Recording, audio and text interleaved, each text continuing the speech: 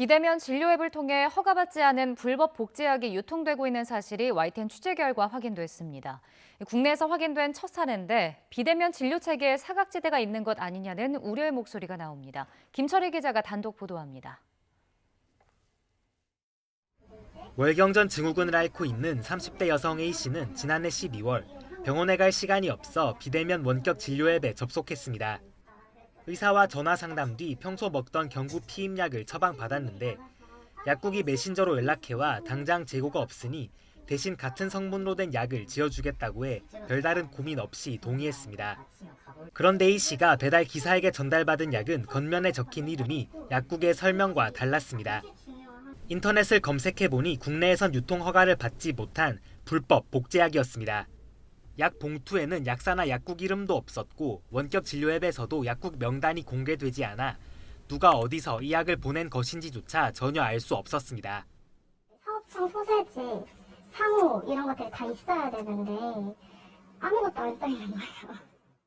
A씨는 약국이 처음 연락해왔던 메신저를 통해 정식으로 수입한 약이 맞느냐고 따졌고 대답을 회피하던 약국은 결국 이름과 주소를 알려주며 환불을 약속했습니다.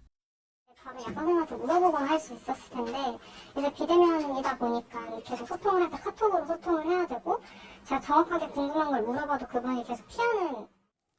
해당 약국은 불법 복제약을 보낸 사실은 인정하면서도 환자 상황이 급한데 당장 약이 없어 제공한 것일 뿐이라고 해명했습니다.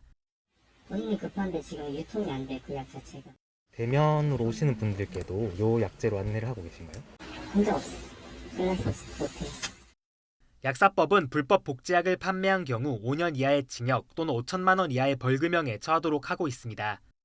약 포장에 조제 약국 이름 등을 적지 않아도 200만 원 이하 벌금형에 처할 수 있습니다.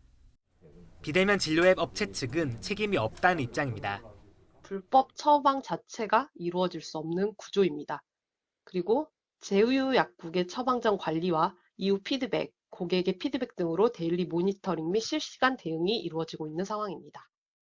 하지만 환자와 병원, 약국을 연결해주고 이윤을 챙기면서 약국 명단은 공개하지 않는 등 관리 책임을 회피한다는 지적이 나옵니다.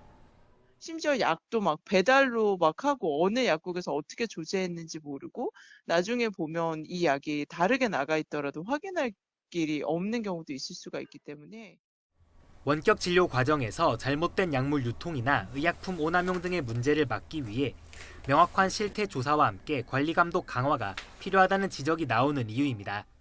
복지부가 지침을 보다 정교하게 보완을 하고 식약처는 무허가 수입 의약품이 유통되는 것을 방지하기 위한 모니터링을 강화해야 할 것입니다.